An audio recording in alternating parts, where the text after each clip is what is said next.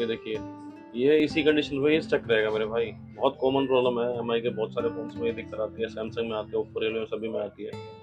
ये एमआई का note 9 model में इस कंडीशन में अगर आपका फ़ोन अटक गया ना मेरे भाई, तो ये आप हमारे से कॉन्टैक्ट करो, आपका डेटा भी बचा देंगे और ये वाला फ़ोन ओके भी कर देंगे, बहुत ही सस्ते रेट में। भाई किसी को भी कराना हो तो कॉन्टैक्ट करो, नीचे नंबर दिया गया है, इनके मोबाइल पे करेंगे, बाकी भाई पेज को फॉलो कर लो। अगर आपके किसी भी दोस्त का नंबर, कोई फ़ोन ऐसा हैंग हो गया है और डेटा बचाना है, तो भाई उसको रील शेयर करो। Thank you.